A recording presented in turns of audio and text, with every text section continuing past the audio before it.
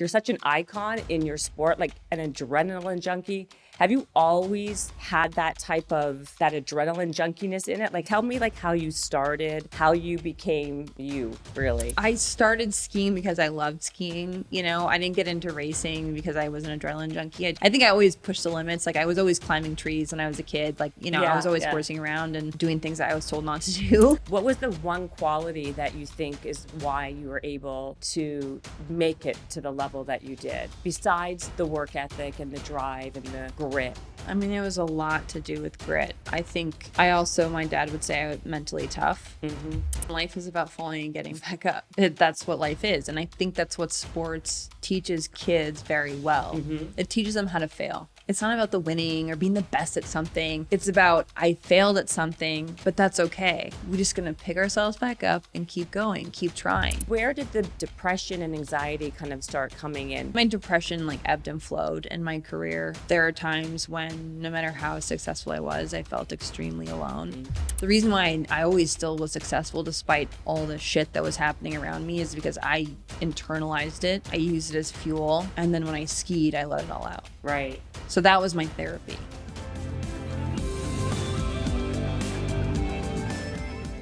All right, guys. So today we have Lindsey Vonn on the podcast. And by the way, I was yapping before, but I didn't even say how excited I am to have you here because, talk about like we do all sorts of people on the best in the world, or like in the world come on this podcast, but you are legit like the best in the world at like downhill skiing. And I got to tell you, I don't know any other person that does what you do, like in the sport. Like you've actually made it, I think, popular and famous. Like I don't know, am I the only one? Because I don't know, like I really feel like I know you, like you're such an icon in your sport, like an adrenaline junkie. Have you always had that type of like that adrenaline junkiness in it? Like how did tell me like how you started, how you became you, really?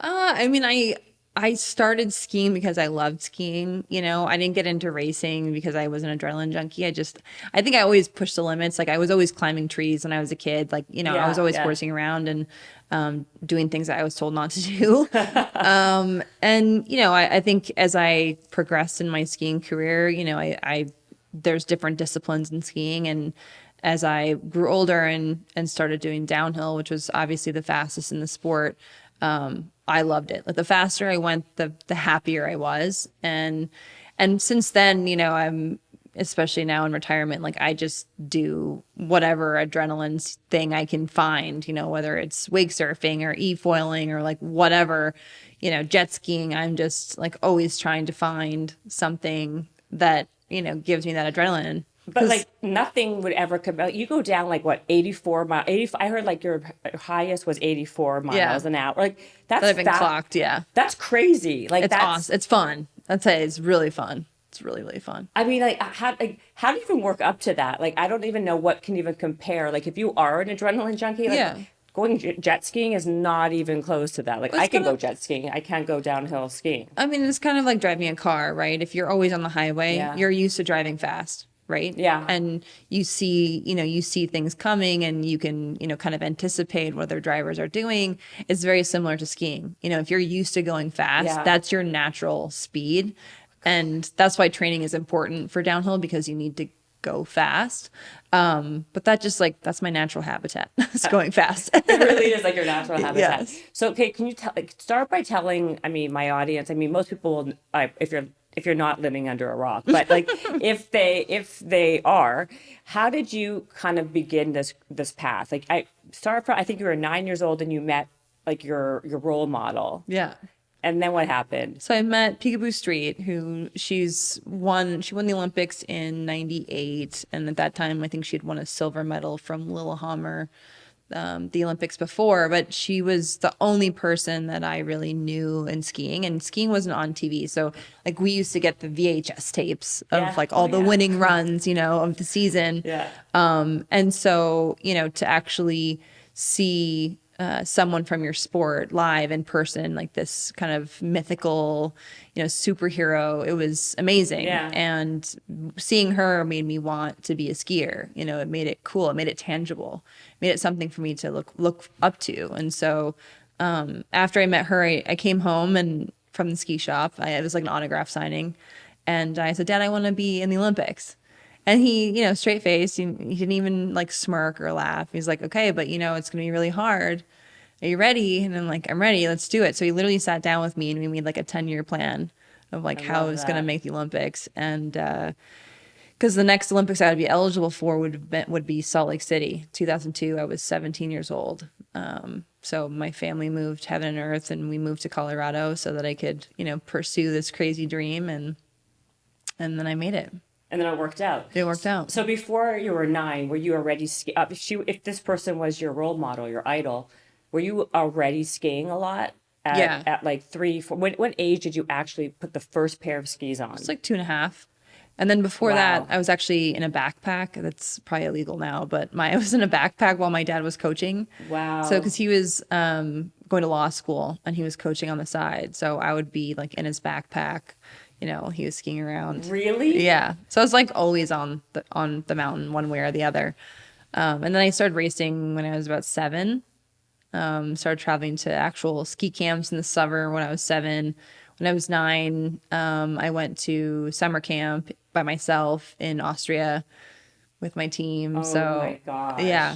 And that's when it kind of started to take off. So did they know that you were kind of a prodigy already when you were 6 and 7 and 5? Like, or you're just like kind of like every other kid? No, it's like every other kid. I loved it. And I guess my dad tells a story that he came to one of my camps in Oregon, and it was raining and lightning and all the lifts had shut down because there was lightning. And I was out there on the mountain hiking up the mountain, skiing down, hiking up the mountain, skiing down, because no one was out there. I was like, this is perfect. I have the mountain to myself. I can train all day long and no one's here.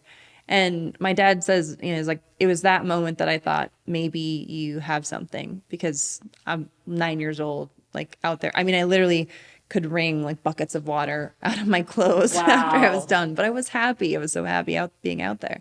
So that's always like the question I always wonder and ask people, right? Like, is it something that's innate in you already, or is it something that you can work on? Like, you already had that work ethic and passion, right? Like you did, because if you were doing that at 6 years old, I mean, everything else is kind of, it's easy to continue and be motivated when you have that. Yeah. Do you think that like, what's your opinion? Do you think that someone could kind of create that type of drive, or is it more innate in them?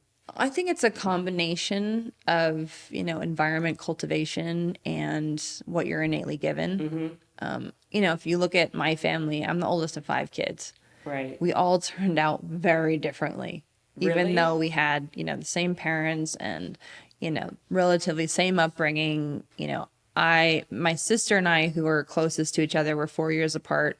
My dad jokes that, we wake up eating raw meat, like we are like hungry, we're ready to go, like we're tenacious. Yes. And the triplets don't have the same drive. They're very talented, they're very smart, but it's not that competitive drive. My sister has it more in business than in like she's not as physical as I am. Like Right. I'm obviously more of I'm an athlete. Right.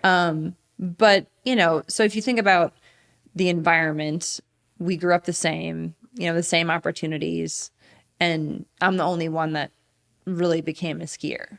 Like my brother loved it, but he never really truly pursued it. So, I think I was innately talented. Right. I had a drive within me. I loved doing it, and I was cultivated by my parents, by my grandparents, like looking at my grandparents and parents as role models, how hard they worked, and that there was so much available to me. My family doesn't quit. We're very driven people. And I look at my grandfather, and, I would spend every summer with them, my grandparents.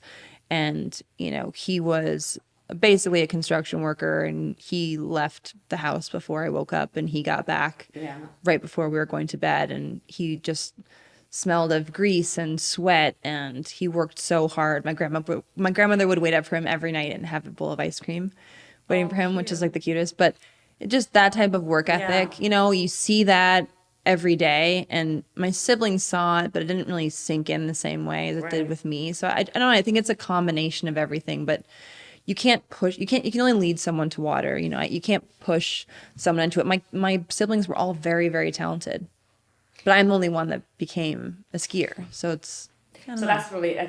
that's so interesting because I mean, by the way, a side note, do you know that of course you wrote a book called Strong is the New Beautiful a year after I wrote a book called Strong is the New Skinny. Oh, really? Yes, and they were both bestsellers. But yeah, isn't that funny? And Yeah. I never got a chance to tell you that. But That's like, yeah, I funny. forgot to Oh my mention it when I saw gosh. you. Yes, isn't that funny? We'll have to like trade I books. know. I was gonna Yeah. say like, and I keep on forgetting. And then like again, when I was reading your stuff, I'm like, oh my God, I totally forgot about that. And so I thought that was very funny.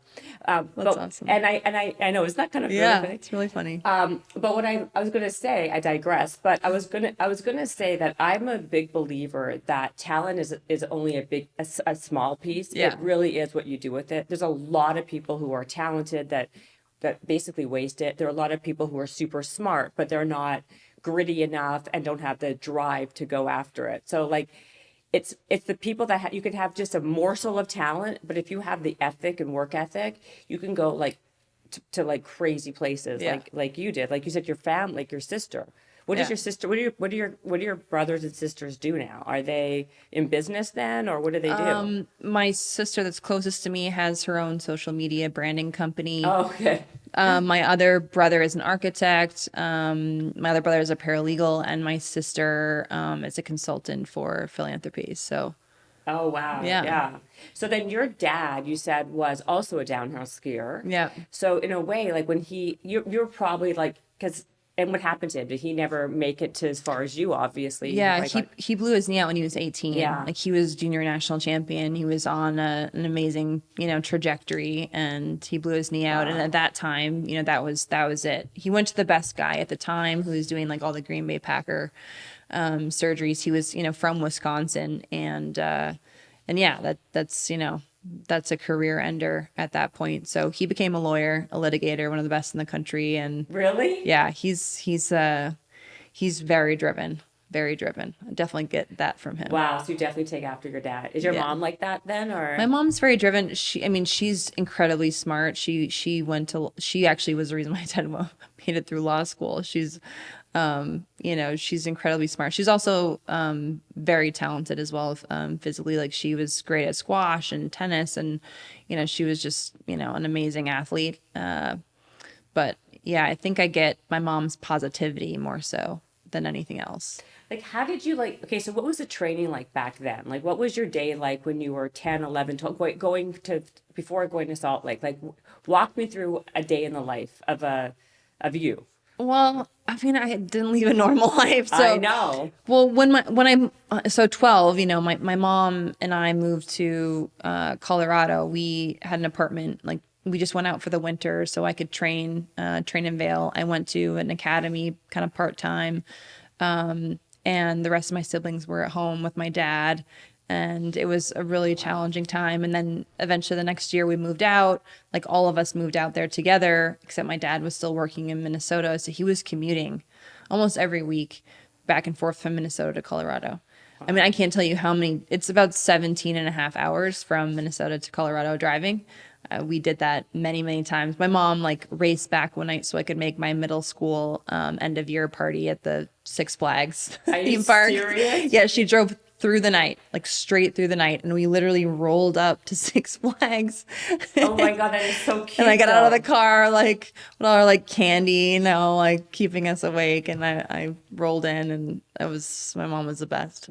So I always hear these stories about people like yourself who had a really supportive family that if it wasn't for the family unit being strong like that and sacrificing like it sounds like your family did for you, like then of course thankfully it paid off for you. So like what would happen? So you'd move there. Like, what time would you have to wake up? How many hours are you skiing? Like, how many hours are you spending on technique? Like, what is the tactical? I want to know, like, tactile. Like, what is the things that you're practically doing daily to give people an idea, like, how much hard work went into it? Well, when I was a teenager, I mean, it was all still very strategic from like my dad's 10-year plan. Right. It was about kind of building up to the right races at the right time. So, my preparation period was this, summer. We would go to, Mount Hood in Oregon. I would train for like 6-7 weeks. I would ski. We would literally be up before 6 o'clock every day, be on the mountain at like 7:30, and train until the snow was too soft to ski. Then we'd have lunch. I'd take a nap. We do dryland training, so working out, and then we watch video. I'm like, Wow. that's already what I was at 9 years old. And that's how many hours before the snow you said would go down? Like 5 hours, 4 hours? Yeah, probably 5 hours. Yeah. So 5 hours of skiing, and then how long dryland workouts? Two? Yeah, an hour to 2 hours. It depended. I mean, in summer camp, like when I was a kid, we would go on hikes, and like there's this really long hike that takes you up to a lake, and we would do games and things like that. It wasn't, incredibly difficult when I was a kid, but obviously as I progressed and got older, the physical training got quite a bit harder. The on snow stuff was pretty similar. You're always working on technique, doing drills, doing training. That's all the same, but the physicality, off the mountain got a lot harder. And when I was 15, I had to make the US ski team, and there's a physical test you have to pass. So my dad, I had me doing 100 push-ups and 100 sit-ups every day, mandatory. And then on the weekends, I would go on the track, the high school next to the house, and I would run a mile. There's like different tests. I would do sprints, 440, all those things. No, say what they are. I think this is like... It's like 40-yard dash, like the 100, the 400, like... and that speed stuff. Yeah. Speed. It's like there was and they don't have it anymore, but it was kind of in some ways, rudimentary, test. It was like, how many push-ups can you do in 60 seconds? Like, it's kind of silly, but at that time, I didn't have any structured training. Right. So, it was a hard thing for me to do. And at that point, I realized I needed to shift gears and do a lot more than I was, to really make it to the next level. And then when I made the team, that's when it drastically changed because they gave me a program that was the same as like a 27-year-old. And I was like, I don't know what I'm doing. I'm doing like power cleans, and I don't know how to do. You were doing power cleans at 15? Yeah. Get out. Yeah, and I gained a lot of weight. I didn't know, there's a lot of new things that were going on. Totally, yeah. And they also made me live in Park City, Utah, because it was right before the 2002 Olympics, and they kind of had everyone mandatory living out there. So there was a lot going on, and a lot of sacrifice, and a lot of me being away, and also without your parents. Like I was. So if you think about it, I've been traveling away from my parents since I was 9 years old. Yeah. With a lot of unsupervised time. Yeah. So I kind of had to figure my way out through life, on my own, to a large degree. Yeah, like so you were independent, like by yourself. So then you had to legit give up everything in your life, like social life. Like, I had no friends. I never went to any proms or dances, or I maybe had like 3 sleepovers my whole life. Like I never, as a kid, I didn't have those same experiences. But I also was traveling the world at 9 years old. I had like my little wallet of, all the different currencies, and I was so proud of myself. Yeah. From, the Italian lira and the German mark and Austrian shilling, and I was like, I was very independent, and I was proud of that. Even though I missed a lot, I still learned a lot. I wouldn't trade it. I think I get sad more so sometimes that I missed on the educational part of school, not so much the socializing, because you can do that anytime. You really can. You really can. Life is about choices, though, right? Like you make choices, and even that's that's a microcosm of everything in life, right? Yeah. Like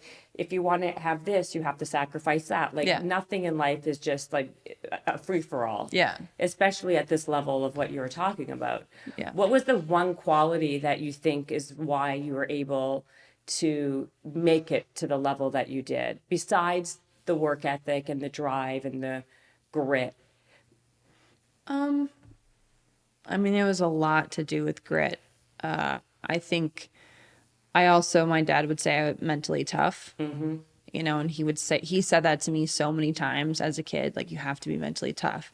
And, as a kid, you don't really know exactly what he's talking about. I'm like, yeah, okay, I'll do the push-ups, I'll do the running, and that's tough, but you don't really know what that is until later in life when things really get tough. And then, that's a quick way to separate yourself or not. Right, or not. Yeah. So it's sink or swim. And so, I had to figure my way through it. And I think that mental component, like being mentally very strong, was something that separated me from the pack. And also, like, that all the injuries that you endured and still had the resilience to come back and go. If, like, that to me, like, that resilience is, that's what I think makes you, like, forget about just in skiing in general. Like, I don't know anybody, like, that's how I know you, like, know of you. Seriously, like, I don't know about skiing people, like, as much as I would other sports. Yeah.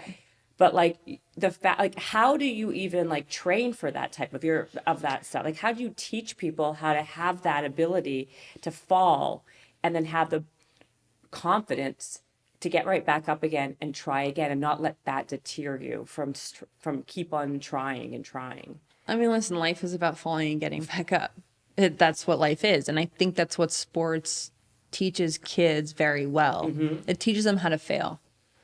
It's not about the winning or being the best at something. It's about, I failed at something, but that's okay. We're just going to pick ourselves back up and keep going, keep trying. And I felt a million times in skiing. Some of them were very bad. Some of them were not that bad. But, it's about that process of, don't let it hold you back. Otherwise you're never going to do anything in life. If you're always afraid of falling, then you're not actually living. You're not skiing. You're just living in the past. So I'm very quick to forget about mistakes. I learn from them and I move on. Like, was there ever a time when, like, in all of that time that you fell and you were injured, that you had any self-doubt, or that you were like, you know what, like, I can't do this again. It's too much. It's too hard. This injuries, like, you had those neat, like, you had some crazy shit happen to Some you. gnarly stuff, yeah.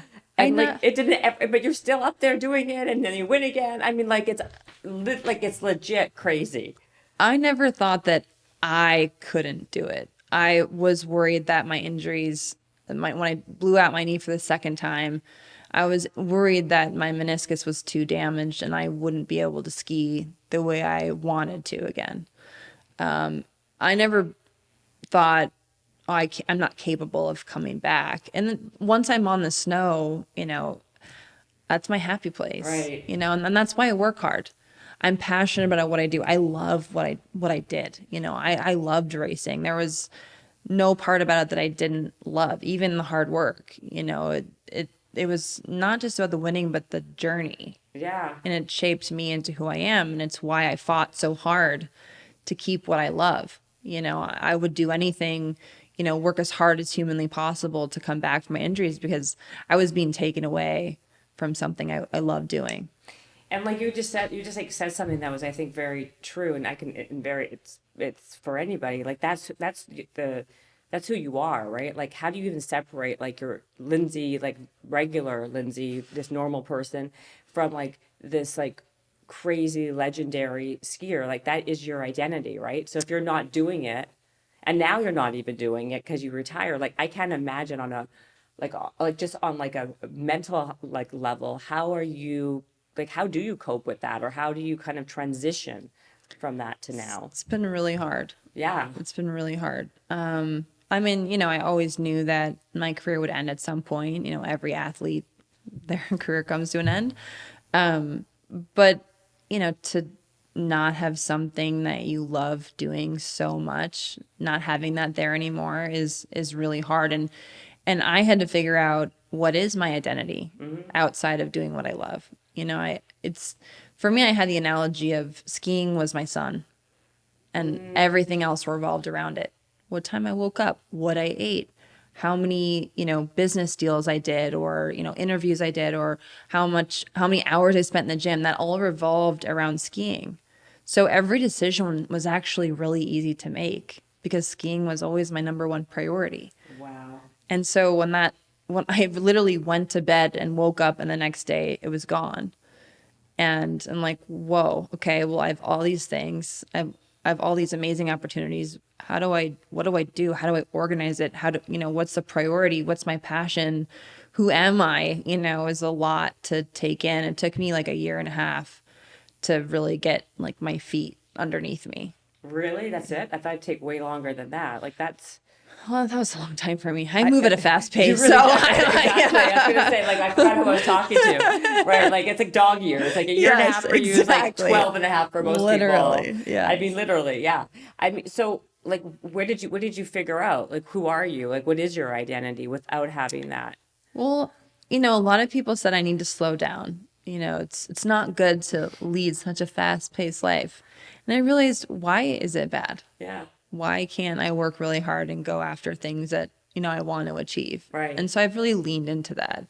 I felt like I was being pushed, to stop doing things that I loved. And now, I realize that, again, that's who I am. That's my personality. And I also, through, therapy, I'm like, what is it about skiing? What is the feeling that I get from skiing that makes me so happy? And I came to realize that it's the feeling that anything is possible. So when I stand on the starting gate, I look at it as this opportunity. I can do anything I set my mind to. And, when you work hard at something, like, you can do it. And that's what I miss. So I try to find that in things that I'm doing. And it's not my identity, but it's what drives me. And I'm always the same person that I always have been. Like, I'm just a girl from Minnesota who likes skiing fast, Oh, yeah. and skiing's not my identity, but it's also like part of me. And I don't think that's a bad thing. It's so interesting because like when people would talk about you to me, like Brad or whoever, everyone said the same thing. Like she's so nice, she's so down to earth, she's a girl from Minnesota, like a normal person, and like I wonder, like, how do you keep your feet like on the ground? So, and it's authentic and it's real. I can vouch for it, right? Because when you've reached such highs like that and you've become like the best literally in the world at doing something, and you don't know any different, right? Yeah. Because like you said, since you were 9 years old, you were like doing all of this. Like you've never had like a regular life like most people in the world. Yeah. Right? Like how were you able to kind of be that way? Is it just because you had great parents? I mean, it has to be more than that.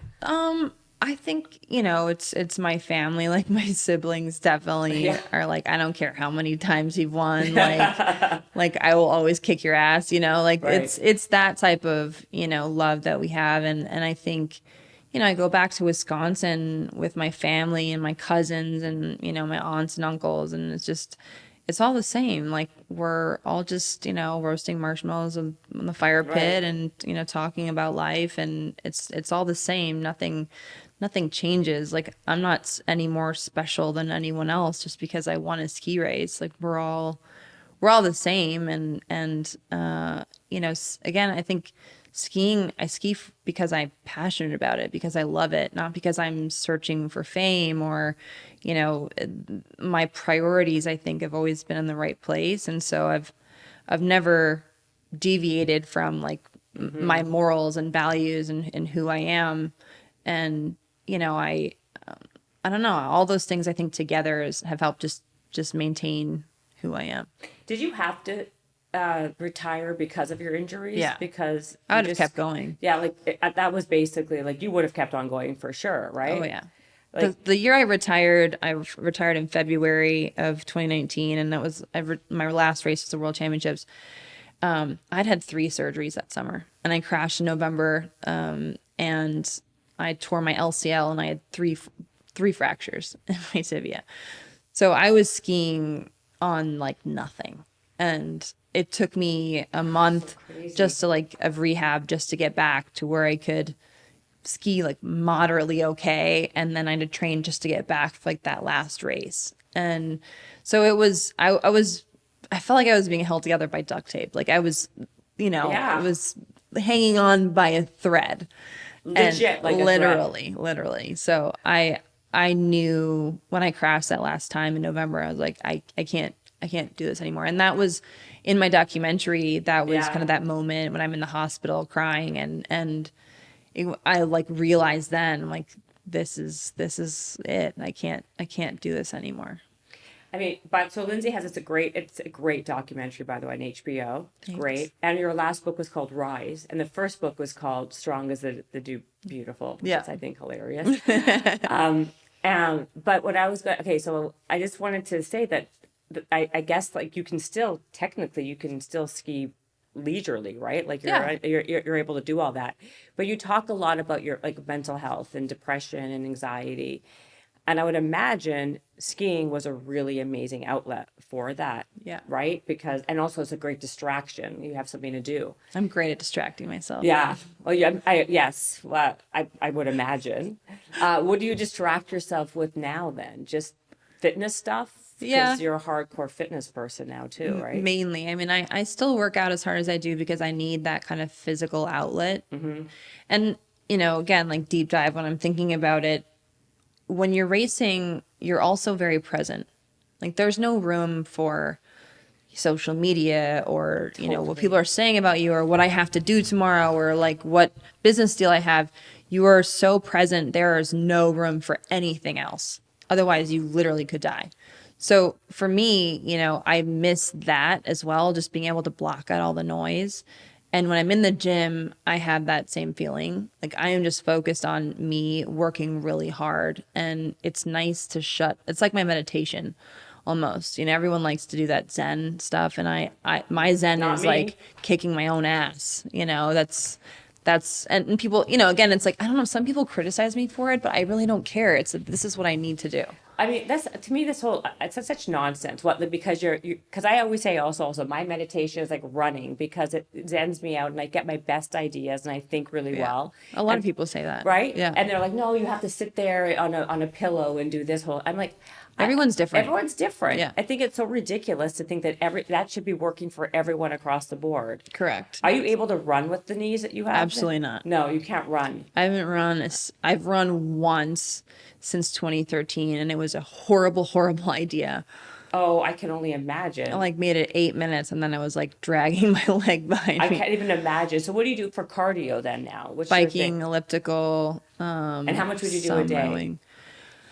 I mean, I minimum do 30 minutes biking, elliptical minimum 20, and then I'll usually go an hour if I have the time. But I would rather do like 30 minutes and then do like a hot cold contrast. Right. I was going to ask Than you like about an that. hour and no contrast. I think for me and like the inflammation that I get in my knees and my body, it's important for me to do that. So do it's you a time management. Like I do as much as I can with the time I have. I was going to say, so like how much time are you dedicating to okay, I want to know all of that stuff. I want to know like exactly how your workouts, like this is like now this is what I like to do, right? So do you like how much you're working out of like what is your daily regimen now? And then but before you tell me your daily regimen now, I want to work chronologically. You said what you were doing when you were 12. Okay.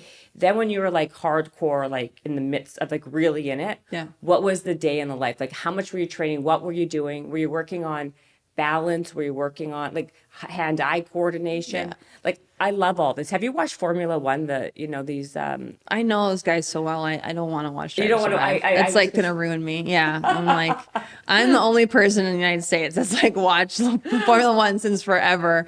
But I've watched like one episode, and I think it's good for people to understand the drivers and like why it's so difficult. And, Yes. the complexities with the team, and it's very interesting.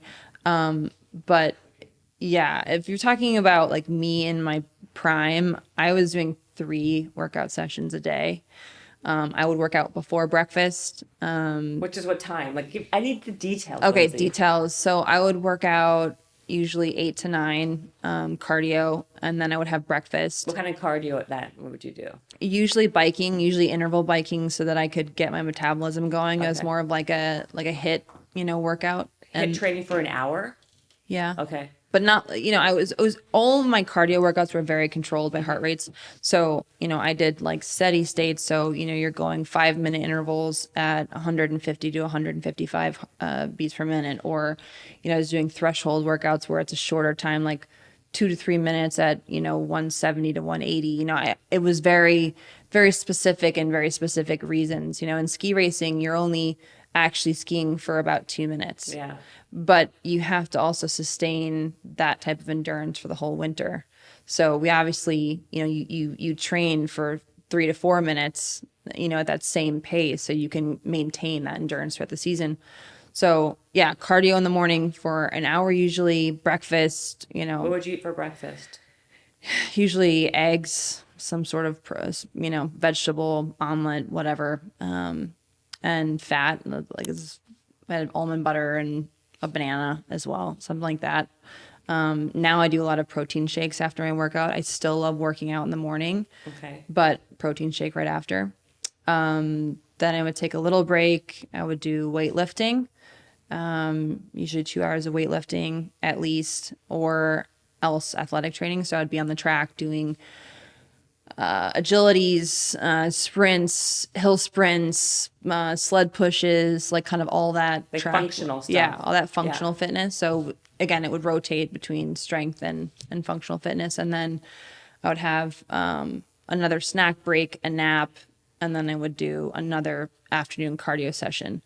And then after dinner, either I have a protein shake and massage, or I would have dinner and then a massage. And what would you have for dinner? Protein. I try not to have carbs at night, so I would always have carbs in the afternoon. In the morning, sometimes I had oatmeal as well, but Wow. Okay. So No how about carbs at fruit? night. Were you a fruit person though? Because Not really. that was never your thing. I don't know. I like the bananas and almond butter thing, but it's not really my thing. So then how would you like Fruits didn't and you- vegetables. I know. Well, now do you eat but you look, I mean, listen, you're still like in amazing shape. I mean, it's like you're probably not doing the three. I'm definitely not as regimented. I mean, why would you be, right? But wait a second. So I'm like so fascinated with this. So then you do these three workouts a day, then you're eating very precisely. So that even then, like you can't go out for dinners, you can't do anything because I it has do to be sometimes, but only on in the the prime? weekends. So like, yeah, but okay, 7 days. There's 7 days in a week, obviously. So I would do those 3 sessions probably Monday, Tuesday, Wednesday, half day, Thursday, Friday, Saturday, half day, Sunday off. Did you ever get tired? Like, was your body tired? No, I had built up, like you work out your whole life and you build into that. Like you don't just wake up one day and say, I'm going to do 3 sessions today. No, of course not. But like you get that there's a physical, endurance level. You're able to sustain that type of, working out. I think there was a point in which I was working out too much, Yeah. but I was just winning all the time. So I was like, why am I changing my routine if it's Right. working? But then, obviously I got injured then and I had to change everything I did. So when you get injured, are you not able, like when you broke your ankle, like, I mean, that's a massive injury. Mm-hmm. Like how long does that take you out for? Like months, right? Like It was like 6 weeks. that's it? I mean, I'm in a ski boot, so it's kind of like a cast. It's kind of, yeah, you're right. So you can get away with it a little bit more. 'Cause I you're like not to push the bouncing. limits. It's always a negotiation. This is amazing. This is like the Yes. part that I find fascinating. Like how I many- go into a doctor's office and like, okay, you tell me 8 weeks, I tell you 6 weeks. Like we go back and forth, and every doctor knows that I'm going to push the limits. But I always know, like, I know my body well enough, and I also know medicine well enough. I can read. If you ever get hurt, I'll read your MRI. Really? Like Okay, good. I know what I'm talking about. Like I don't just blindly say I don't care what you say. I'm going to come back faster. Yeah, yeah. I know exactly what I'm doing, and I will read the MRIs, and I'll know I've made mistakes in my life, and I will not make that mistake again. Because what's interesting, like God, like you're very lucky because you did, as much as you've gotten hurt, nothing that was catastrophic. Like going that fast, Yeah, I mean, people have been paralyzed. People have lost their legs. I've seen it many times. and like nothing like that, thankfully, has ever Well, happened to you. that's my perspective. It could always be worse. That's a great It can mindset. no matter how bad of a day you're having, it can always be worse. That's a great mindset to have. Yeah. Like that, and you really think this way all the time? Yeah, I mean, I got that perspective from my mother. She had a stroke when she gave birth to me, and she was Oh, wow. disabled with her ankle, so her balance was really bad, so she couldn't run. She never skied with me. Like she really struggled physically, and she was brilliant. She's a lawyer, but because she couldn't do those physical things with us, that didn't stop her from trying, and it also didn't stop her from being positive. She was always positive. And so, when I get injured, I'm like, well, if I have surgery, if I work hard, I can come back. My mom doesn't have that luxury. So I owe my mother and myself to push myself to get back. See, I love that. I love your attitude and your mindset. And it's also like, it's because it's real, right? Like, this is like, no, you're like a living proof of it. Like, you actually live it. You're not just saying these words. Like, a lot of people, like motivational people, like, oh yeah, just la la la. They've never done a damn thing in their life, right? But you actually have. I mean, then where did the depression and anxiety kind of start coming in? At what age? And like, and it doesn't sound to me, I mean, I don't know you, right, like that well, but it sounds like you already have trained your brain to be very positive and to look at the glass, half full. Yeah. So like, what was kind of happening that was? It was when I was a teenager. I was living in Park City by myself when I was 16 years old. And, it was really hard. I had no support really. And I was really depressed and I was just pretty lost. And, my depression like ebbed and flowed in my career. There are times when no matter how successful I was, I felt extremely alone. And, also after so many injuries, sitting at home in your bed by yourself in pain, it's not a great place to be. Right. So I think I've, again, learned different coping mechanisms. And when I skiing was an outlet for me. Like, I find so much joy in skiing also because eventually when I was older, I used it as a crutch. That was me dealing with everything that I had going on. Like, the reason why I always still was successful despite all the shit that was happening around me is because I internalized it. I used it as fuel. And then when I skied, I let it all out. Right. So that was my therapy. Totally. And then now is the therapy, and then do you feel like the anxiety has subsided because it sounds more circumstantial based on where you were in your life? I think it was pretty circumstantial. Yeah. But again, like, it ebbs and flows. And I think it's always, for me, I try to just have a balance. Yeah. I've journaled since I was 9, and it's just a way I didn't have anyone really, especially when I was on the road. So yeah, it's like that was how I balanced everything, and I still do it. And so I think everyone finds their way of managing themselves. And so I've had different escapes in my life, but now I feel like I'm in a good place where I'm pretty balanced, even though, like, if my mother had died and I wasn't in the place that I was, I don't know if I'd be functioning. Right. So I'm happy with, what I've learned in my life to get me to this place where I'm okay. And where are you now? Like, I mean, I don't mean like physically, but I mean, you write the books, you start a production company, you invest in businesses. You're very entrepreneurial with the goggles, and what else do you have? The goggles. I have my ski line. Your ski line.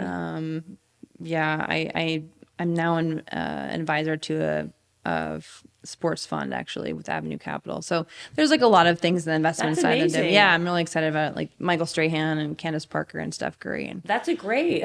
Yeah, I'm really excited. Are you going to be doing like the sports vertical, I guess, of just... We're solely sports. So Avenue is like, such a successful group, and we're just specifically on this sports fund.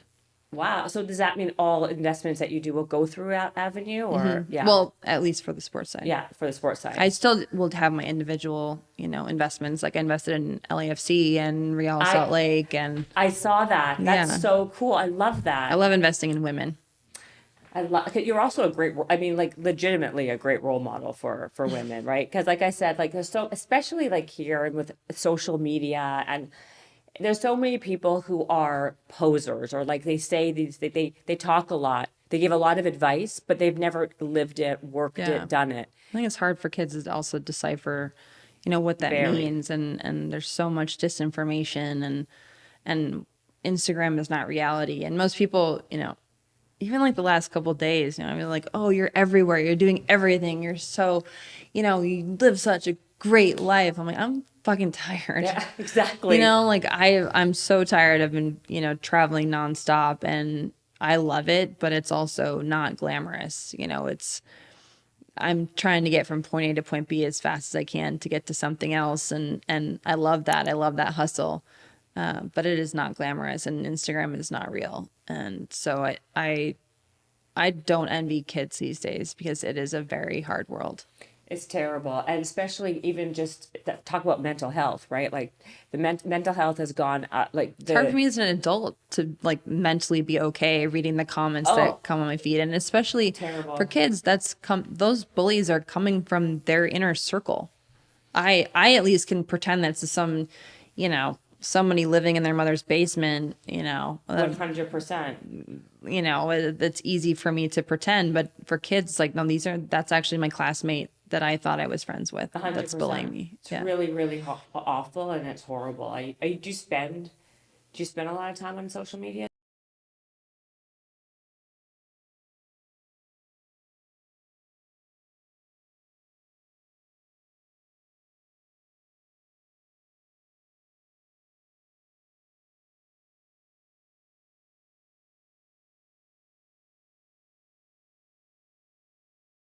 You know, with my injuries, you know, I get so many messages especially from teenagers who, you know, are in high school or college sports, and they've blown their knee out, and they're asking me for advice or help, and even professional athletes that are asking me for help. And that's what I love. I think social media can connect you in amazing ways.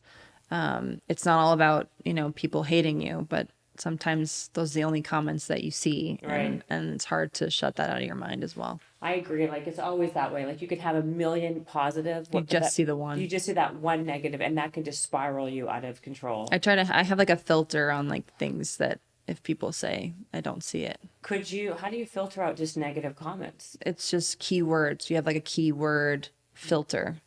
Really? Yeah. I didn't know you were able to do that. Oh yeah. Oh my gosh. Get into that. I Yeah. know. I had no idea. I should really kind of. Can you tell me afterwards how to do that? Show me. Yes, I will. I had no idea. Yeah. Because that would be so helpful. So people swear, they say like, I hope you die. Like that's. But also some of this is just nonsense. Like these are people most of the time. There's some there's pretty messed up people out there. It's actually dangerous more than anything. Like I find like you have to be super, super careful because now people are so much more, like it's easier to That's why I have a defense dog. You what? I have a defense dog. You do? Yeah. I feel safer. Because Yeah. like with social media and like everyone knows where you are, and like it's just I feel safer. That's amazing. Yeah. I love that. Yeah.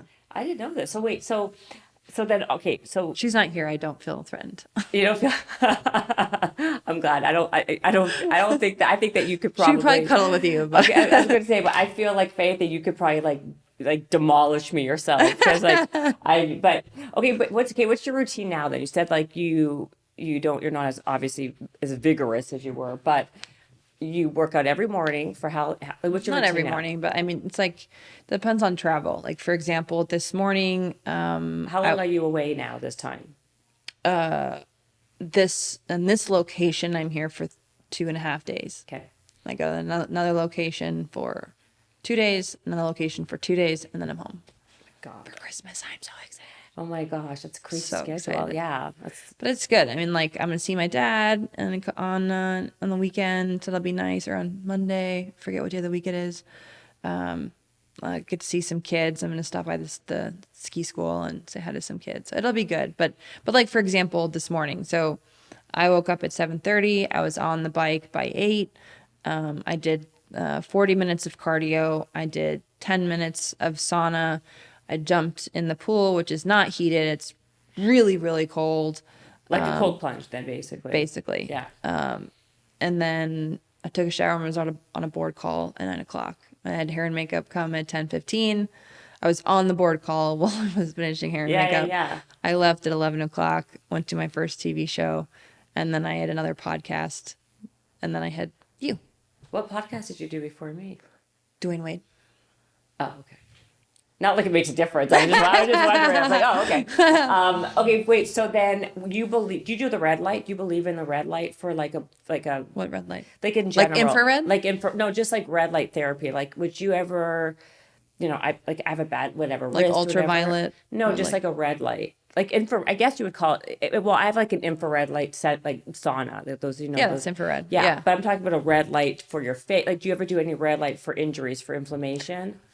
Well, listen, I think there are some strong enough lasers or red lights, however you want to call them, that can stimulate healing. Yeah. Is it going to fix you? Absolutely not. No, they're not going to fix you No. for sure. Is it going to make it feel slightly better? Maybe. Is it worth it? Probably not. Probably not, right? Like if you have a problem, like if you have pain somewhere, it's usually coming from somewhere else. So, and normally I would say most people can't figure out where it's coming from. So you Yeah. need to go to. That's a hard thing. I can't even recommend somebody or something because most people won't be able to figure it out. But chiropractors are pretty good at figuring it out. Like when my rib goes out, Yeah. it's because my right hip is too tight. It's pulling me forward. Yes. So, But that to me is, I agree with you, but you have to go to someone who's really good I know and that's the hard knowledgeable. part. And that's the really hard part. So sometimes I just say, manage it the best you can because your body will adapt. Unless you can really dig in and do the therapy to get it back, you're better off just kind of adapting to the way it is, unless it's super painful. But like when my ribs go out, it's really painful. So I have to figure it out. That's really painful. Do you Yeah. ever get sciatica? No. You ever get that? Do you prefer sauna or the cold plunge? What do you think is a better, like a better modality if you had to pick one or the other? Well, so you're not supposed to do cold plunges after you weight lift. Right, right, because It stops you. So when you're actually tearing your muscle. Yeah, I thought it So also it stops your bleeding. So it restricts your veins. So like you're not able to recover. You're not able to repair. So it's like you're not building anymore. It stops. Okay, wait. Say that again because that's interesting. Because I want to make that into a clip for people. Because I'm not a doctor, so no, but you're probably know more than most doctors, by the way. But say that again. so this is what my trainer told me, and I believe everything he says. But if you go into a cold plunge after you weight lift, when you weight lift, your muscles are being torn apart. You're actually tearing your muscle, and then it rebuilds on top of itself to make it even stronger. So if you jump into a cold plunge right after, you're stopping not only the tearing, it's bleeding, your muscle's bleeding. It's not going to be able to repair itself. Like it's not going to be better than what it was. Right. Okay. It's going to stop the healing. So normally you should get in a cold plunge, like after cardio. Cardio's fine. You're not building anything besides cardiovascular strength. Totally fine to jump in the cold plunge. The sauna is good, but sometimes, like for me, if I jump into the sauna without the cold plunge, I'll get too inflamed. Really? Yeah, If 'cause you jump into the sauna without the cold plunge? Yeah. So Okay. I'm a little bit odd in that with all my surgeries. When I go into a hot tub, when I go into a sauna, my circulation gets going, and then my knee starts to blow up. Wow. So I have to be like really conscious of how long I'm in there and make sure I get into the cold plunge after. And like my body is a constant, like it's a job. I have to work really hard just to maintain it. And part of the reason, not only for my mental sanity do I go into the gym, but I also have to not hurt. If I stop working out, I will literally fall apart. I mean, I totally understand what you're saying. I feel you on that.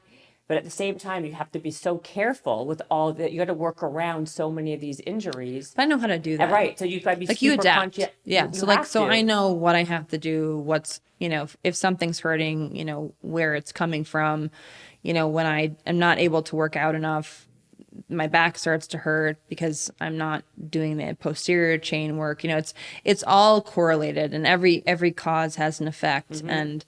And when you understand your body better, and through working out, through therapy, you can self-heal yourself in a lot of ways. Like you can figure out how to make things better on your own without therapy. And I have to do that because I I don't have access all the time to therapists anymore. Right.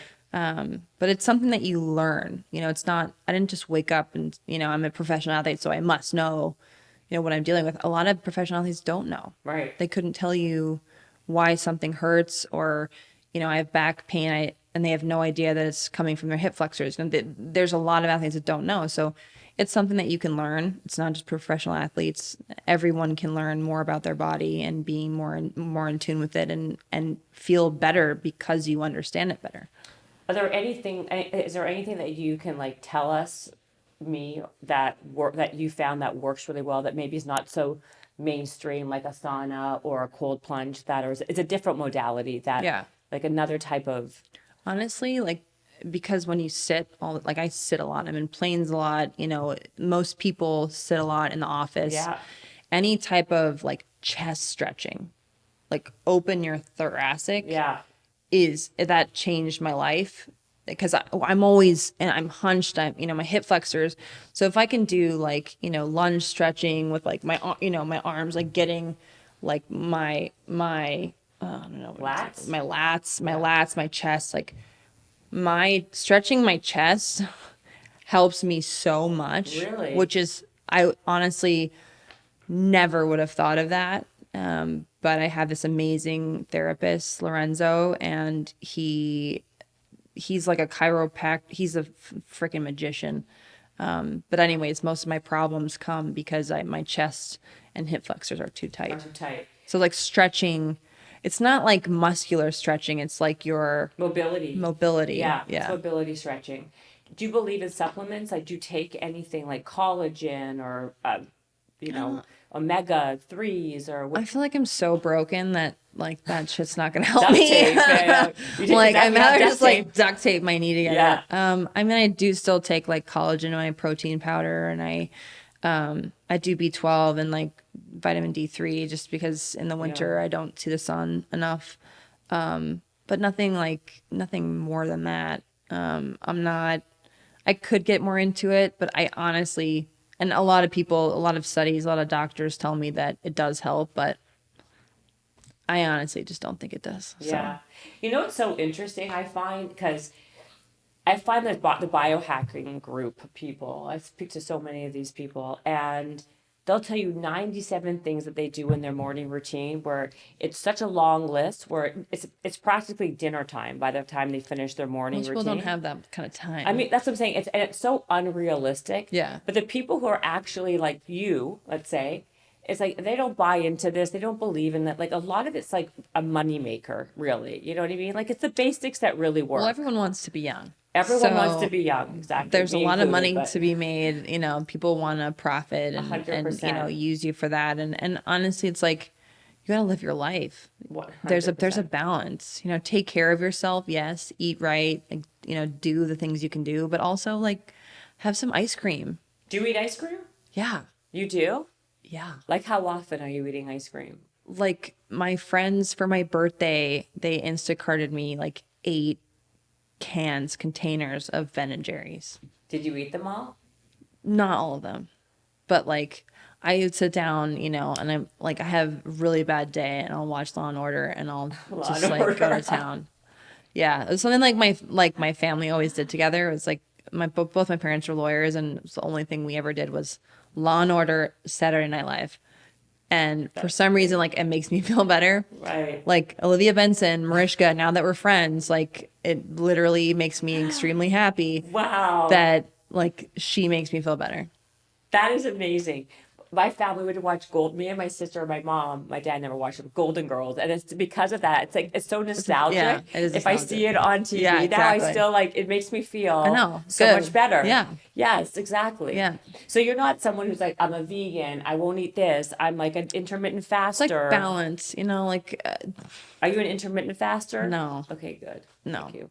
The only thing person on this podcast isn't. The only thing I do, I would highly recommend. Like, I did the glucose testing. I did a couple months of that just to like see, what my body was reacting to. One thing that I recommend not doing is eating any food on a plane ever.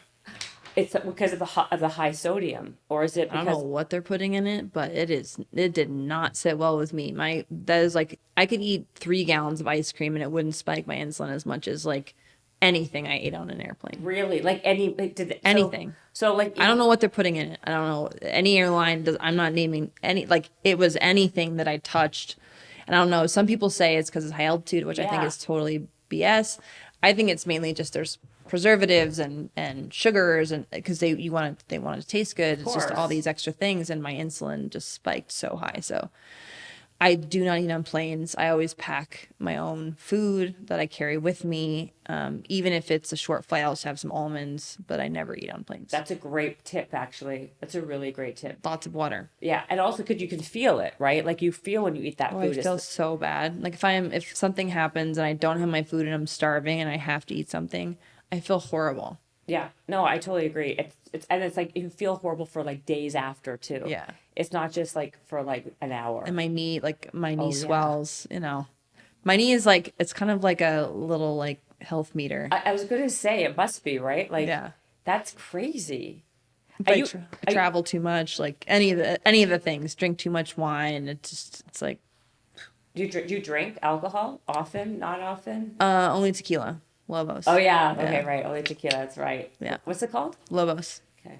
Yeah. And I'm an investor. You are? Mm-hmm. Okay. Is it a premium tequila? It's premium. Yeah. Yeah. They have, mezcal and añejo, extra añejo, joven, reposado. See, I'm not a drinker, but if I do drink, that's the only thing I'll do. It doesn't make me swell. I check my insulin. Like it's the only thing that doesn't spike me. I used to be a really heavy gin and tonic or gin and ginger ale. And gin, I love gin, but it's a pretty big depressant. More than like vodka? Yeah. Really? Vodka is just alcohol and water. And so what is gin? Like isn't that the same? I mean, I don't know. It's a longer fermentation and there's also more sugar in it. so that's why it becomes more of a depressant. I think so. I'm pretty sure. Really? To my knowledge. I didn't know that. How about whiskey? I know Don't nothing quote about me on alcohol. this podcast, but I might have. I don't to know quote about on whiskey, but I'm 99% sure that's accurate. that. Really? Okay. So you eat every meal. So you eat your breakfast, your lunch, your dinner. You eat meat. You eat chicken. You eat everything. I eat vegan. Like I have Beyond Meat. I have Just Eggs. I have a balance. Like I'm not. You're not crazy about the food. No. Were you ever, when you were in your prime training, like, did you ever get body issues or body image issues? 'Cause Yeah, I would feel for like sure. I when I won the Olympics, I started to be on like red carpets for things, and I'm like, I look around me, I'm like, I don't look like anyone else here. And, I would go do fittings and they're like, yeah, this sample size doesn't fit you. And I'm like, okay, well, what do I do? Can I wear something? Like, Yeah. it was definitely apparent that I wasn't the norm. And I definitely had some body image issues after that. But that was only like 2-year stint. And I just was like, F it, I'm good. How did you get over it though? That's like one thing that I would think. I lost the World Cup title by 3 points and I got over it real quick. Really? Yeah. So do you think that affected Yes, your really? I didn't eat as much as I should have, and I was more conscious of the way I looked instead of just working as hard as I could. And I definitely think it had an effect, especially on the beginning half of my season. And I lost by 3 points, and it was a tough pill to swallow, but I got over it pretty quick. And then ever since then, you're like, I'm not doing that anymore. I'm not, my body has a purpose and I want to win. And, if I don't look the same, that's fine. Do you know, it's so interesting to hear you say that, because I remember like the things that, you kind of hear in the back is like, you were known to be like the hottest like girl athlete. You're looking at me like I'm crazy. You were like, you must have heard this. You were like Sports Illustrated swimsuit. You did the Sports Maxim Illustrated, stuff. yeah, but no Maxim stuff. I'm also like, I don't know.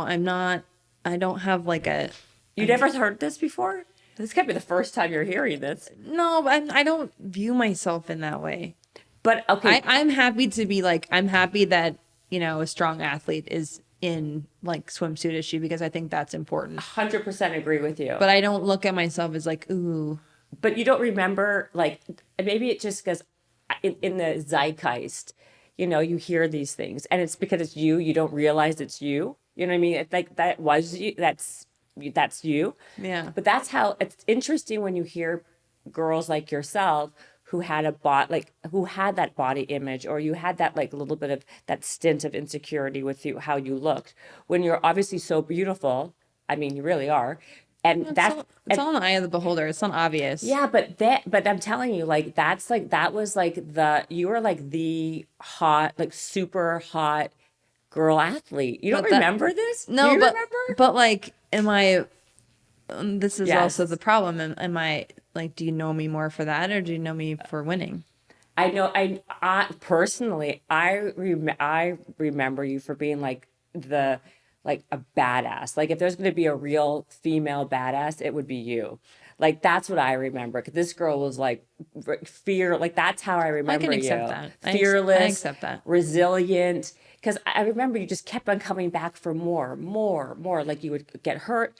Like I thought, wow, if talk about a role model for women and for girls and for young girls, this is like, there's no one better. Because like you would show, like, it doesn't matter. Like if you got knocked down, you got injured, you got hurt, you got right back up.